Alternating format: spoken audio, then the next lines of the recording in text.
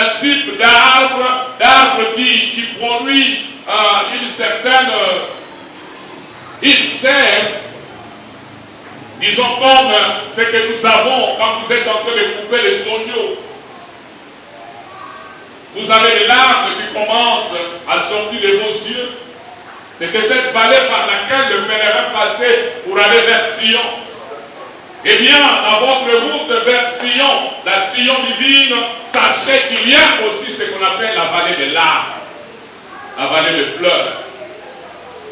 Mais Ésaïe va même plus loin dans Ésaïe 43. Il parle de ce que parfois nous pouvons nous retrouver en train de passer par le fleuve ou même marcher dans le feu. Mais ce que j'aime dans chacun de ces reliefs, que ce soit dans la vallée de l'ombre de la mort, David dit par exemple, je ne crains aucun mal parce que tu es avec moi. Alléluia. Et dans la vallée des Baca, la vallée des larmes, la Bible dit que nous pouvons changer cette vallée des larmes en une vallée de bénédiction. Et Ésaïe dit, si tu passes par les eaux, tu ne seras pas submergé. Dites à votre voisin, vous êtes insubmersible. Les fleuves ne peuvent pas te noyer.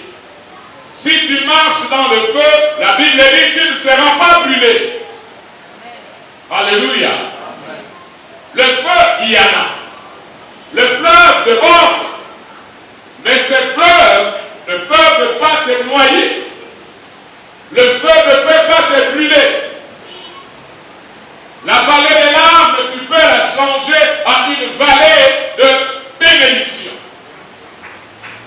La vallée de l'ombre de la mort, je ne crains pas. Il y a une houlette de ton bâton et un bâton qui rassure. Et le pays des Canaan que devait hériter le peuple d'Israël est un type de notre vie en Christ. C'est le type de notre vie en Christ. La Bible nous dit dans Hébreux chapitre 4, Josué n'a pas donné les repos au peuple. Donc le pays des Canaan, ce n'était pas la destinée finale. Le pays des Canaan, c'est juste un type de notre vie chrétienne. Parce que là, dans la Sion céleste, nous n'aurons pas besoin de vaincre les nations. Dieu n'est en guerre contre personne. Dieu est tout puissant. Ces pays des Canaan, notre vie en Christ, était selon Deutéronome chapitre 11, versets 11 à 12, un pays de montagnes et de vallées, des montagnes et de vallées, et qui boit les eaux de la pluie du ciel. C'est un pays dont l'Éternel, ton Dieu, prend soin et sur lequel l'Éternel, ton Dieu, a continuellement des yeux du commencement à la fin de l'année. Bien aimé, c'est comme ça aussi que le Seigneur a les yeux sur votre vie. Alléluia. Du commencement de l'année jusqu'à la fin. Il a dit, je suis avec vous tous les jours jusqu'à la fin du monde. Il a constamment les yeux sur vous. Dieu voit tout. Dieu connaît tout.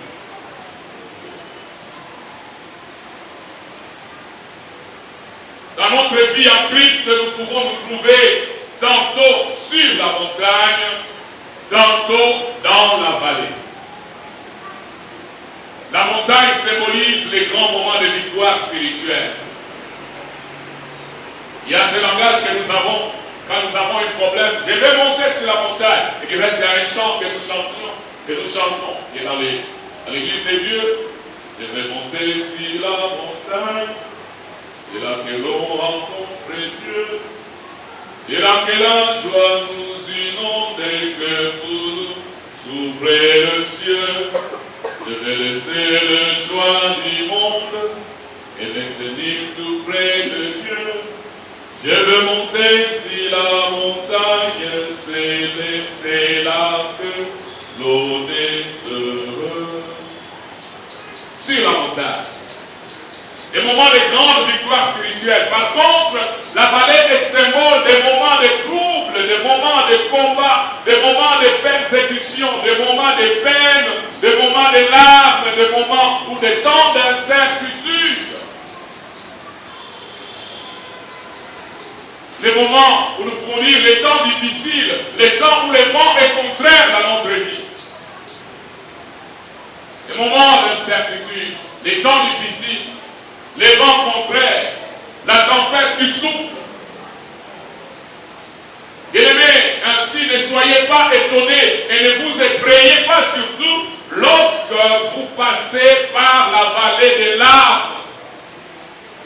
C'est un passage obligatoire. Et ces larmes sont de plusieurs sortes. Si ce n'est pas la perte d'un bien-aimé ou d'une bien-aimée, ça peut être quelque chose d'autre, mais qui crée quand même des larmes. Bien sûr que la douleur peut être différente, mais il y a des vallées de larmes dans notre vie.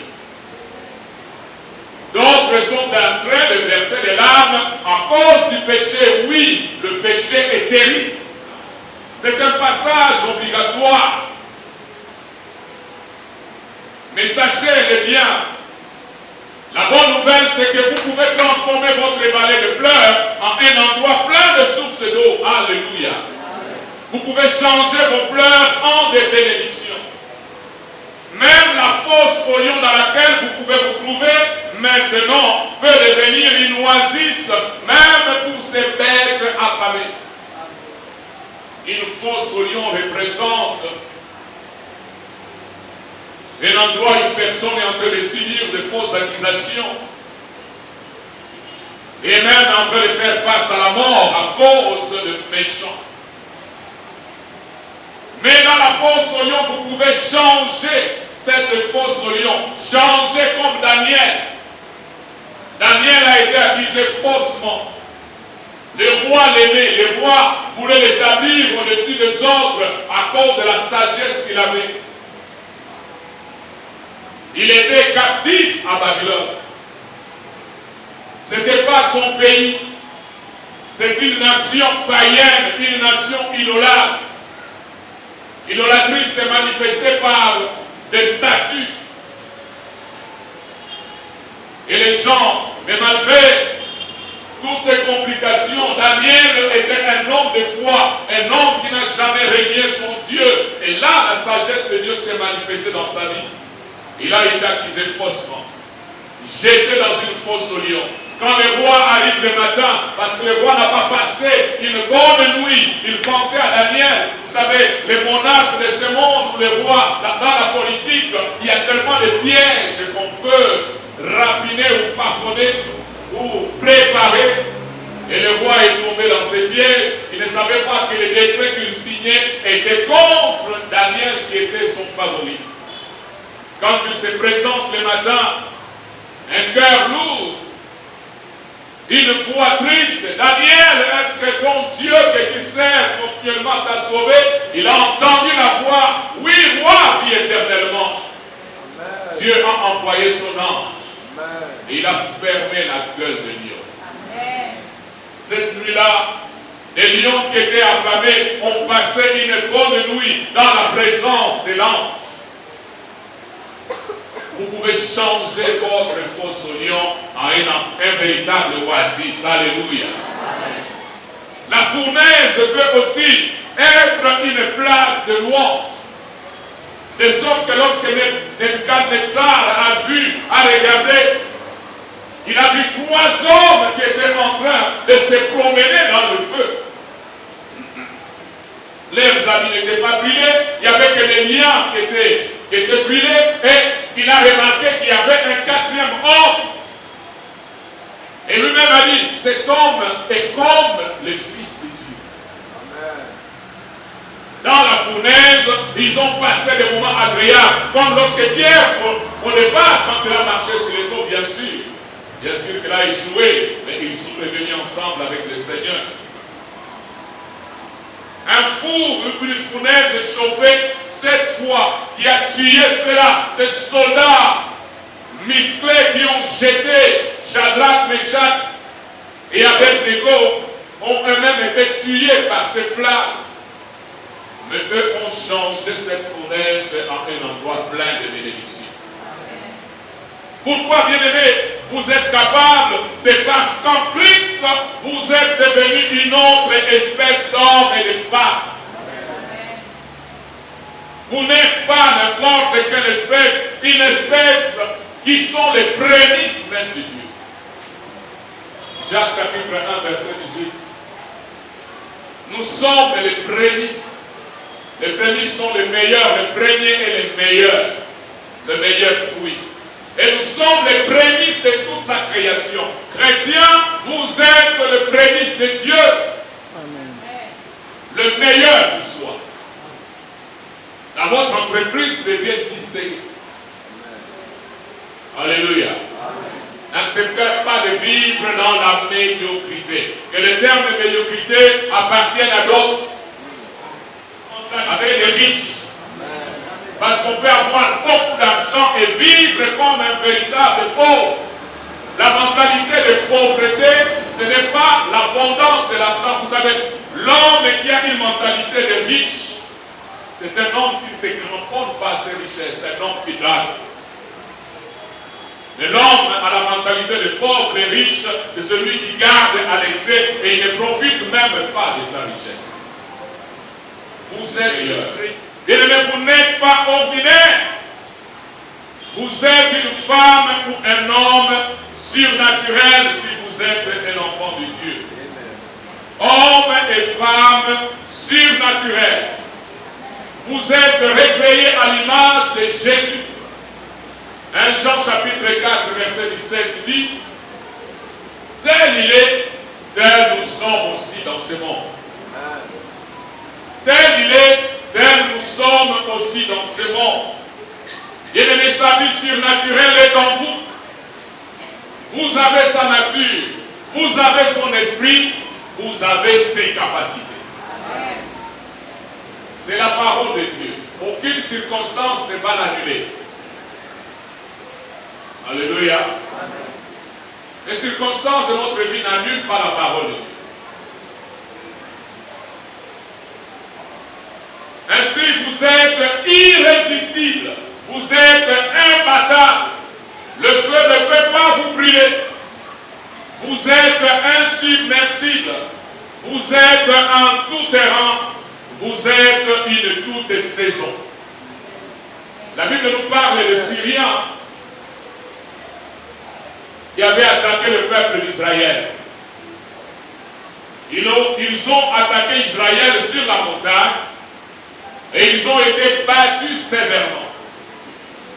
Lorsqu'ils sont rentrés chez eux, ils se sont demandé pourquoi ils ont été vaincus. Quelqu'un leur a dit: vous savez, le Dieu d'Israël, c'est le Dieu des montagnes. Nous les avons combattus sur la montagne et nous avons été battus parce que leur Dieu, c'est le Dieu des montagnes. Cette fois-ci, nous allons les combattre dans la vallée. Et là, nous savons que nous allons gagner la victoire. Et Dieu a entendu toutes ces choses. Ils ont été conduits à se battre dans la vallée, mais là encore, ils ont été vainqueurs. Parce que notre Dieu est le Dieu des montagnes, il est aussi le Dieu de la vallée. Alléluia. Quand vous êtes sur la montagne, il est là. Et quand vous êtes dans la vallée, il est avec vous. Dans le fleuve, il est là. En dessous, il est au-dessus de toutes choses. Il tient le monde dans sa main. Il est le Dieu tout-terrain. Alléluia. Il est le Dieu tout-univers. Sa présence est même en enfer, la Bible dit. Mais seulement en enfer, sa présence se terrorise. Pour un chrétien, une personne qui a eu l'occasion d'être dans l'église, entendre la parole de Dieu, mais qui n'a pas mis cette parole en pratique, n'a jamais donné son cœur à Jésus, et qui meurt, qui va en enfer, sachez que cette personne sera tourmentée par cette présence de Dieu. Il est le Dieu toutes saisons. Il est avec nous le 1er janvier jusqu'au 31 décembre. Il est avec nous tous les jours jusqu'à la fin du monde. Alléluia. Et chaque matin, ses bontés se renouvellent. Le 16 janvier, ses bontés se sont renouvelées. Chaque jour. Boucache a été le jour terrible, mais ses bontés se sont renouvelées chaque matin. et sa fidélité est grande. Alléluia. Bien-aimés, vous êtes une bénédiction ambulante. Vous êtes une bénédiction ambulante. Alléluia. Votre présence apporte la bénédiction. Les affaires compliquées, quand vous y mettez votre nez, les choses, c'est voilà. Les choses sont corrigées, les choses sont réglées. Vous êtes une bénédiction ambulante. Il y a des gens qui attendent encore la bénédiction. Donc vous êtes déjà bénis. Croyez en qui vous êtes. Croyez en celui qui est en vous.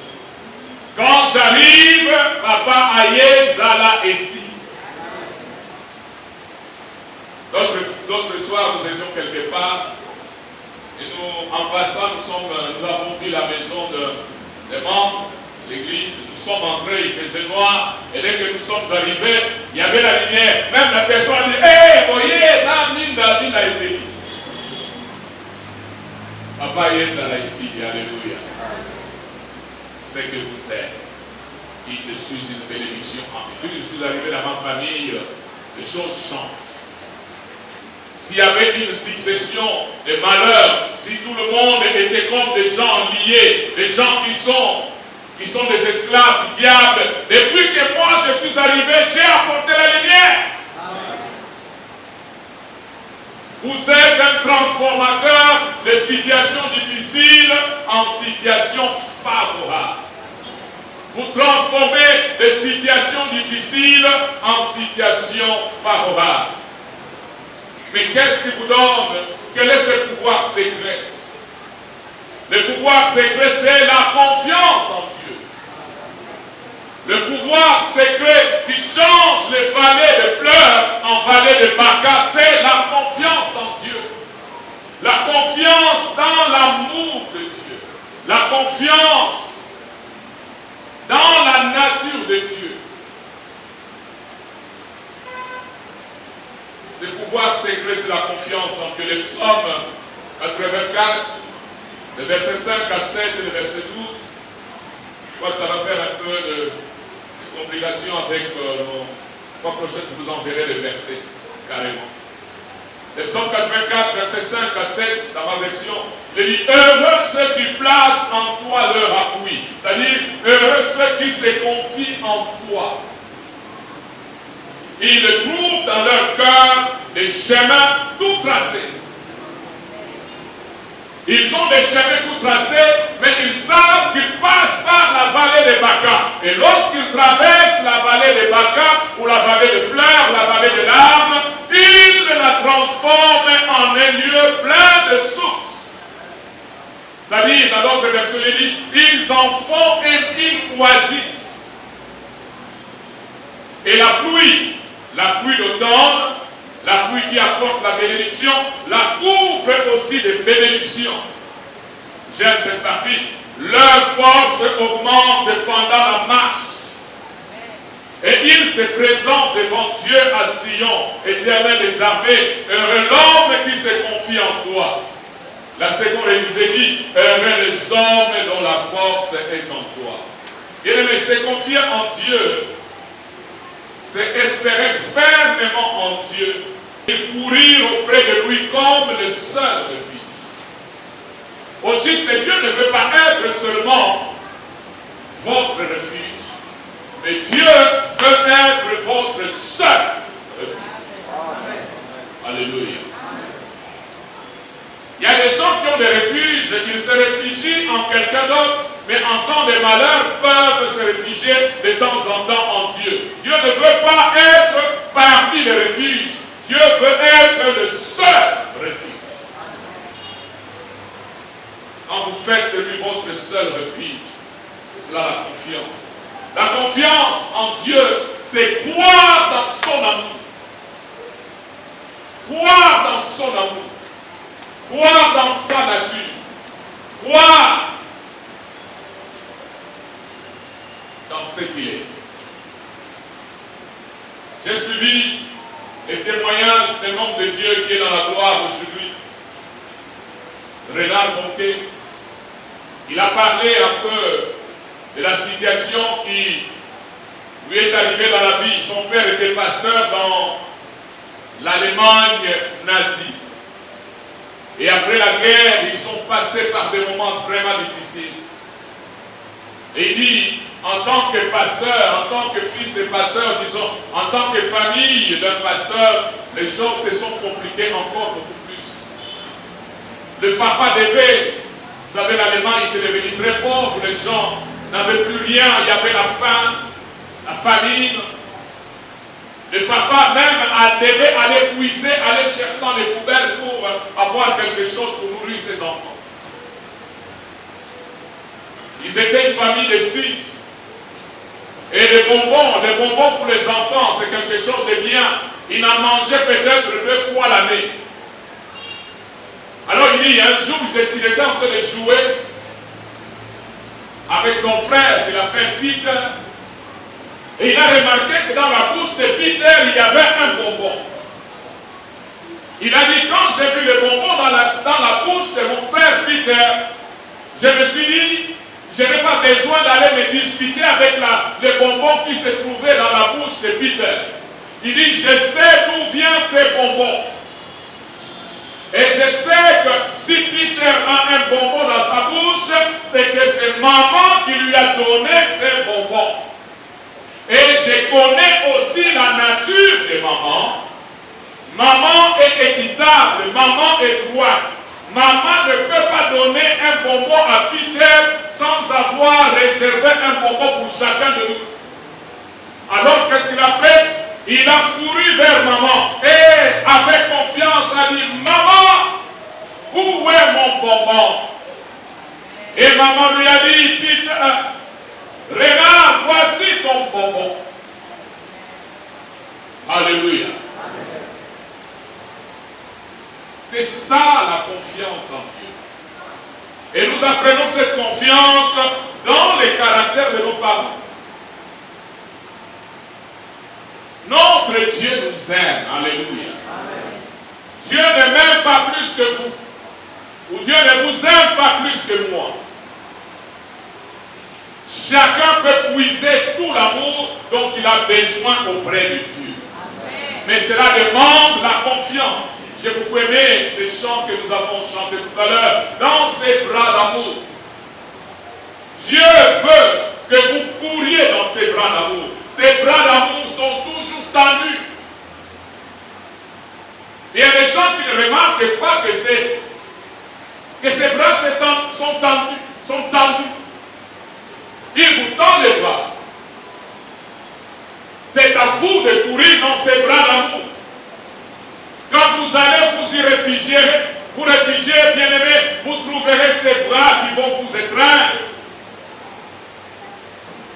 C'est confier en Dieu, c'est croire dans sa nature. Comme Renard qui a dit, maman, je connais maman. Maman est équitable, maman est juste. Si maman a donné à Peter, c'est que le mien aussi se trouve là. Et laisse-moi vous dire, bien aimé, auprès de notre Dieu, vous avez l'amour dont vous avez besoin. Alléluia. Courez dans ses bras d'amour. Faire confiance à Dieu. Courir, faire de lui votre seul secours. Courir auprès de lui comme le seul refuge. C'est croire ce qu'il est. Un Père d'amour. La Bible l'appelle le Père de miséricorde. Le Père de miséricorde. Qui ne cherche que mon bien malgré les langages contraires des circonstances. Dieu ne cherche que votre bien, quels que soient les langages contraires des circonstances. La Bible ne dit-elle pas dans Romains chapitre 8, le verset 28, c'est mon verset préféré. L'un des versets préférés, aussi c'est toute la Bible est préférée. Il dit, nous savons, l'apôtre dit, nous savons du reste, que tout concourt au bien de ceux qui aiment Dieu. Nous savons du reste que tout Tout veut dire tout. Tout concourt. Tout finira par tourner à l'avantage de ceux qui aiment Dieu. Seigneur, même ces choses que je ne comprends pas, ce n'est pas à vous de savoir pourquoi. Mais je sais une chose, vous allez donner raison à Dieu. Parce que Dieu a toujours raison. Alléluia. Il ne peut pas me faire du mal. Il ne cherche pas à me faire du mal. Il ne cherche pas à me faire du mal. Dans cette tempête, il ne cherche pas à me faire du mal. C'est vrai que les larmes coulent, mais il ne cherche pas à me faire du mal. Bien-aimés, pour ceux-là qui ont confiance en Dieu, ceux-là qui se cramponnent dans son amour, comme j'aime bien parler de ces verbes, nous devons demeurer dans l'amour de Dieu. Nous devons être enracinés et fondés dans l'amour de Dieu. Nous devons nous maintenir dans l'amour de Dieu. Donc pour ceux-là qui ont confiance en Dieu, de Samuel chapitre 22 dit ici, les voies de Dieu sont parfaites. Ça c'est quelqu'un qui a fait l'expérience. Il dit, les voies de Dieu sont parfaites. Même cette foi que Dieu a permise jusqu'à porter l'âme dans ma vie, bien sûr que les voies de Dieu sont parfaites. La parole de l'Éternel est éprouvée.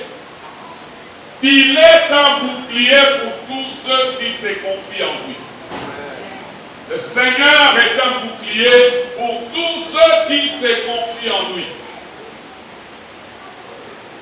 Le psaume 2, verset 12. Voilà, encore une fois. Voici dans les psaumes, c'est compliqué. Heureux tous ceux qui se confient en lui. Heureux tous ceux qui se confient en lui. Le psaume 5, verset 12. C'est peut-être ici. Voilà. Frère, il faut que je mette une nouvelle version dans votre livre. Le psaume chapitre 5, verset 12. Alors tous ceux qui se confient en toi se réjouiront, ils auront de l'allégresse à toujours et tu les protégeras. Le psaume 125, verset 1, il dit, ceux qui se confient en l'Éternel sont comme la montagne de Sion. Elle ne chancelle point, elle est affermie pour toujours. Vous voyez ce que la confiance en l'Éternel fait? Elle fait de vous comme la montagne de Sion, une montagne qui est inébranlable. Alléluia. Quand vous avez confiance dans le Seigneur, votre vie devient comme une montagne inébranlable. Et cette montagne ne chancelle jamais. Elle est affermie pour toujours. Dans la vallée de Baca, faites confiance en l'Éternel. Dans la vallée de Baca, faites confiance dans l'amour de Dieu. Confiez-vous, croyez dans cet amour. Dieu est amour et quelque chose, une loi éternelle.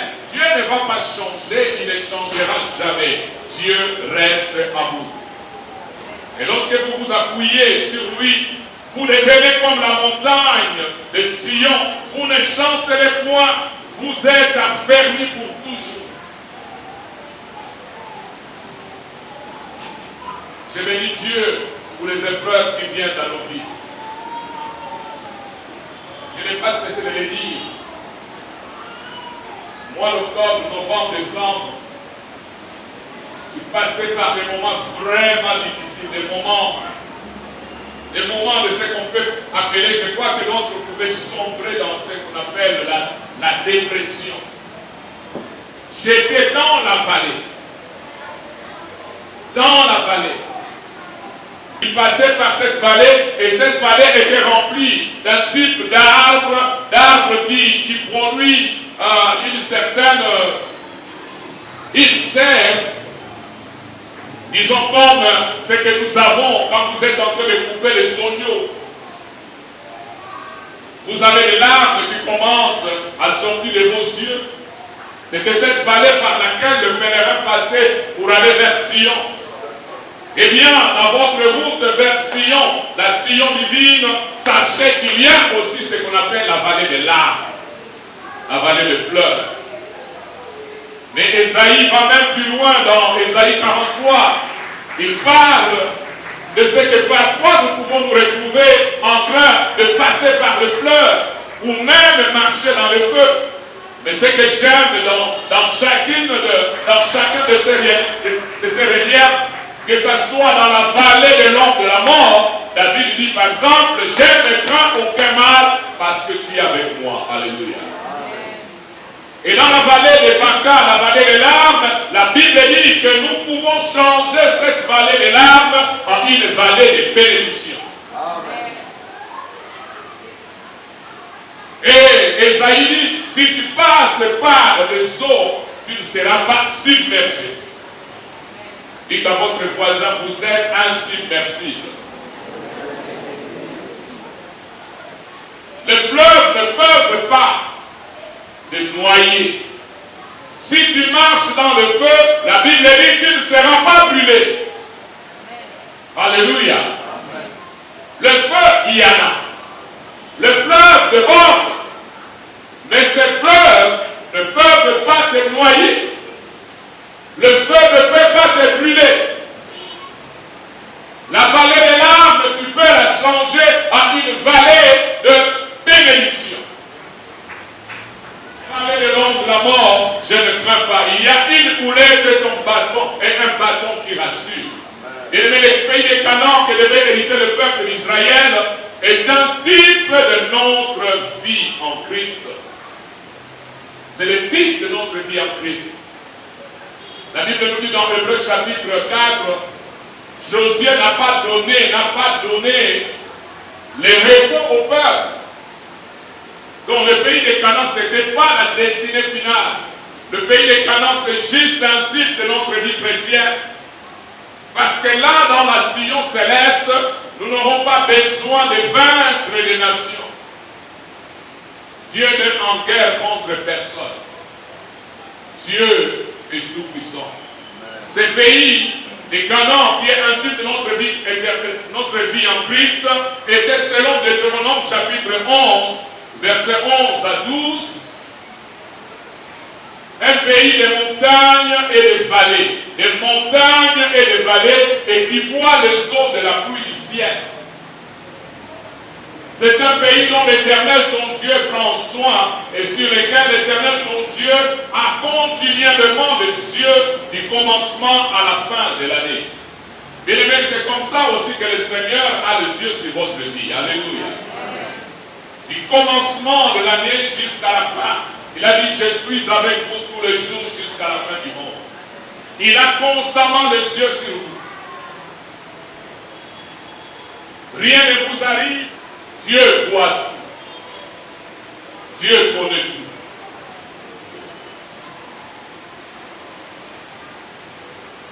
Dans notre vie en Christ, nous pouvons nous trouver tantôt sur la montagne, tantôt dans la vallée. La montagne symbolise les grands moments de victoire spirituelle. Il y a ce langage que nous avons quand nous avons un problème. Je vais monter sur la montagne. Et puis c'est un chant que nous chantons, qui est dans l'église de Dieu. Je vais monter sur la montagne. C'est là que l'on rencontre Dieu. C'est là que la joie nous inonde et que pour nous s'ouvre le ciel. Je vais laisser le joie du monde et me tenir tout près de Dieu. Je veux monter sur la montagne, c'est là que l'on est heureux. Sur la montagne.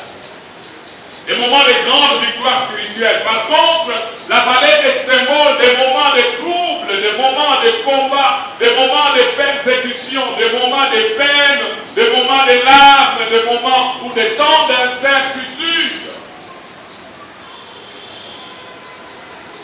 Les moments où nous pouvons dire les temps difficiles, les temps où le vent est contraire dans notre vie.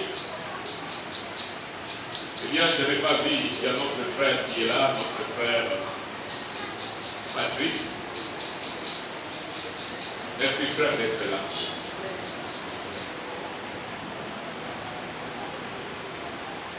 Les moments d'incertitude, les temps difficiles, les vents contraires, la tempête qui souffle. Bien-aimés, ainsi ne soyez pas étonnés et ne vous effrayez pas surtout lorsque vous passez par la vallée des larmes. C'est un passage obligatoire. Et ces larmes sont de plusieurs sortes.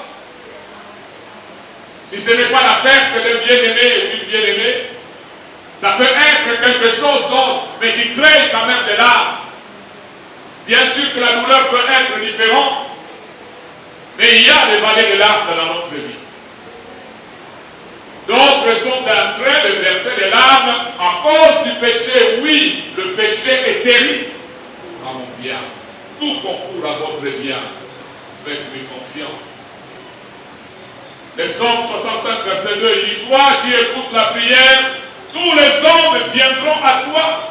Pourquoi ils viendront à toi? Parce qu'ils écoutent la prière.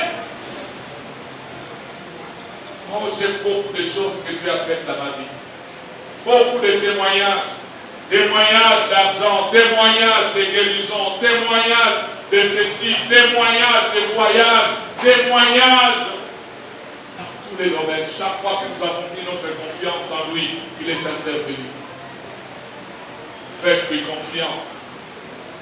Votre force va augmenter pendant la marche.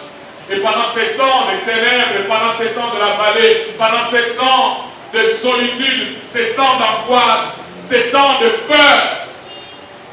Je me souviens, ma femme m'a dit, je dis, toi, depuis quand toi est-ce que tu as peur?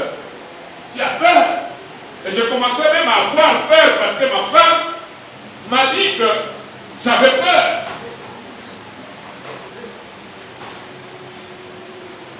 Et pendant ces temps, je me souviens d'un jour où j'ai commencé à prier en me rappelant de ce que Dieu a fait depuis ma nouvelle naissance. J'ai commencé à raconter chaque miracle. Chaque miracle. L'Esprit m'a mené au souvenir. Telle année, parce que mon histoire avec Dieu, ma nouvelle naissance a commencé en 1983. Le 24 novembre, j'aurais fait 37 ans dans la foi. Et j'ai commencé à me rappeler de tout ce que Dieu a fait chaque année depuis 1983. Certains n'étaient pas encore nés.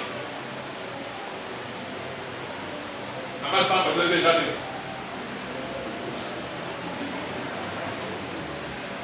J'ai commencé à raconter à Dieu, à me rappeler. Telle année tu as fait ceci. Telle année tu as fait cela. Telle année tu as fait ceci. Telle année tu as fait cela. Vous savez, pendant que j'étais en train de prier, de me rappeler toutes ces choses, ma foi était en train d'augmenter. Il nous a protégés des accidents, nous a protégés de ceci, nous a protégés de cela, il a fait ceci, il nous a guéri des maladies, il a même délivré un bégayeur, il m'a même aidé à faire ceci, à faire cela. Mon premier voyage par avion a été de Kinshasa à Los Angeles, et tout. Je me suis rappelé de toutes ces choses. J'étais aux États-Unis, je n'avais pas d'argent à ce moment-là. Le peu que j'avais amené, on a payé dans l'hôtel, et puis vous êtes à Los Angeles, vous n'avez que quelques centimes, et vous devez aller à Boston. Et là même, à Los Angeles, Dieu a fait un miracle. J'avais plus rien, mais je suis revenu avec un sac rempli de beaucoup de choses. C'est Dieu-là. C'est Dieu-là. Je vais citer quelque chose. Notre force augmente par la marche. Bien, mais quand vous passez par la vallée, souvenez-vous de tout ce que Dieu a fait. Souvenez-vous. Souvenez-vous. Ne lui rappelez pas, non, c'est à vous de vous souvenir. C'est votre âme qui a besoin de se souvenir. Pour que vous sachiez qu'il a toujours été fidèle. Mon Dieu est fidèle. Le Dieu qui a créé la terre et les cieux est fidèle. Cette terre, depuis qu'il a placé sur orbite, cette terre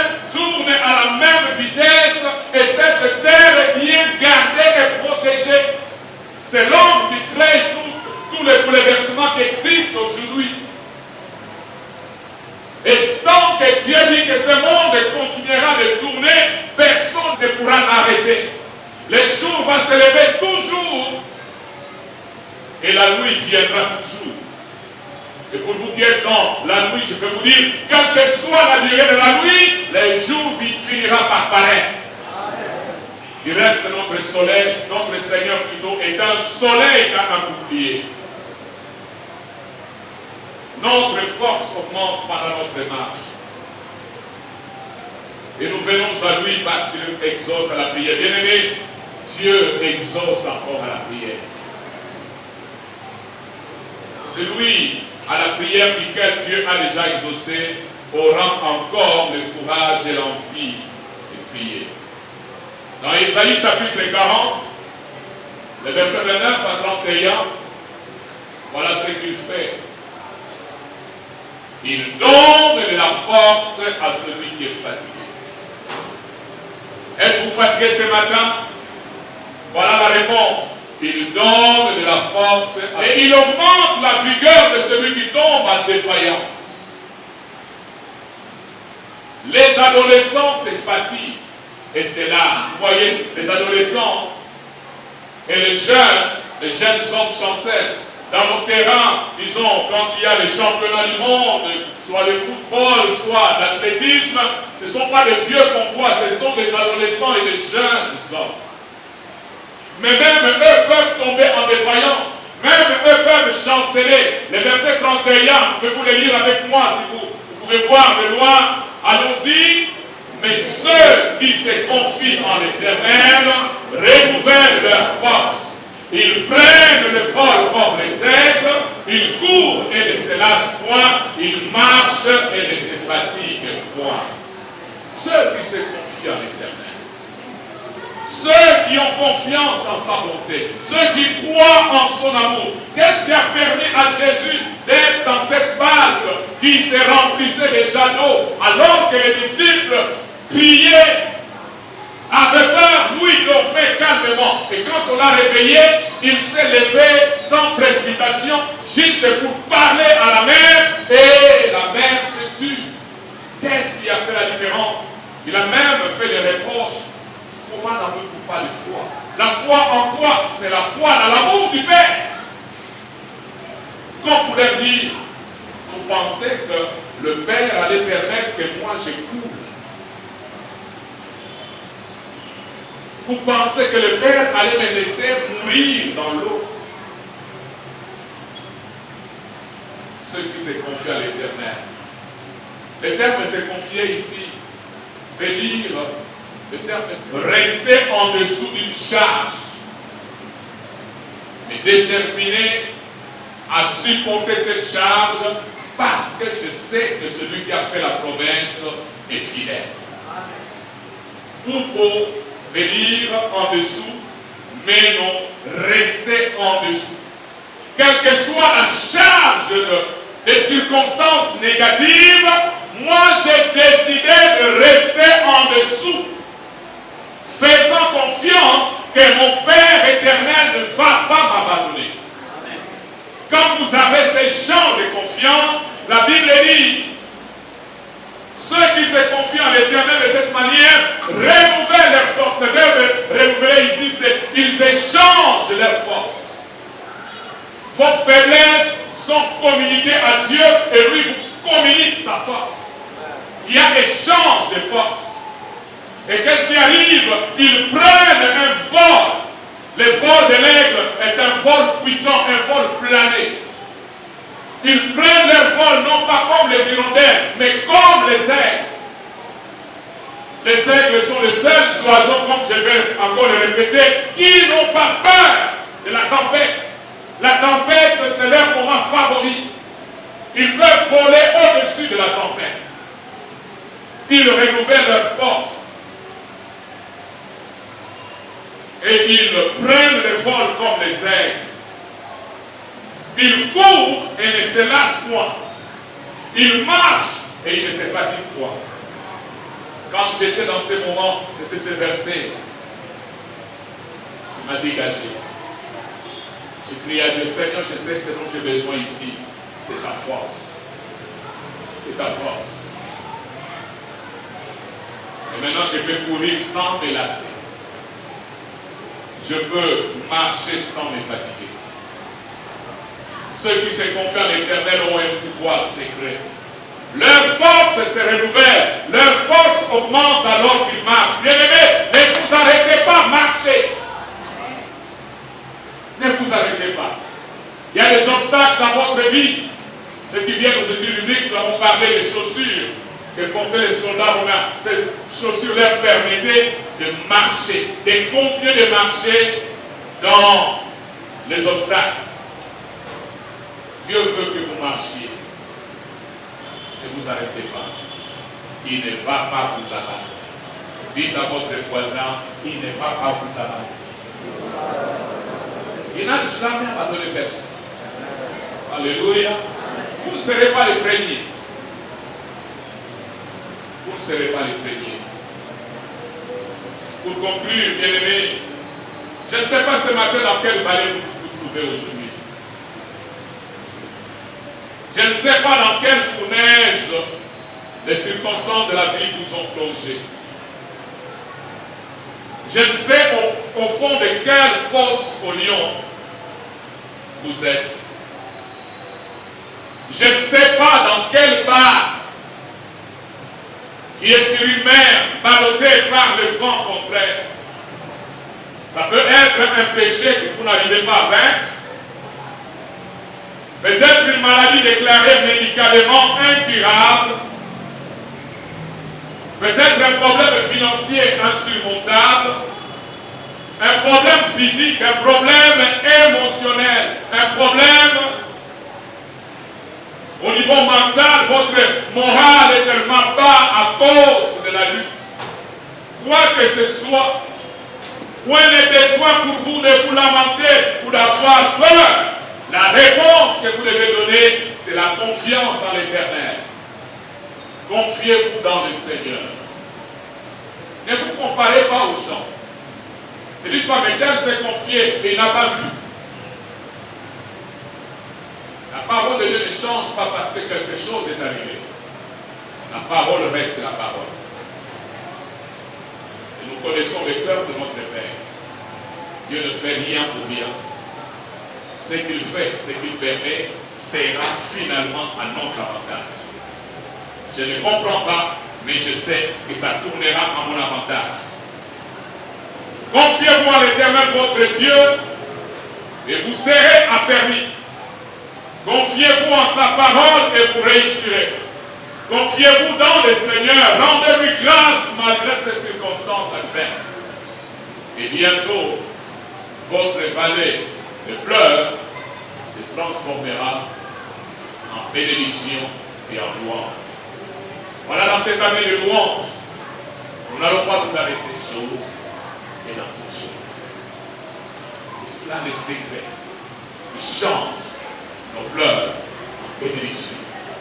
Vous pouvez vous lever avec moi ce matin et nous allons commencer à rendre grâce à Dieu. Quel que soit le sujet de pleurs qui est dans votre vie, peut-être que ce ne sont pas vraiment des larmes qui coulent, mais au-dedans de vous, vous avez mal.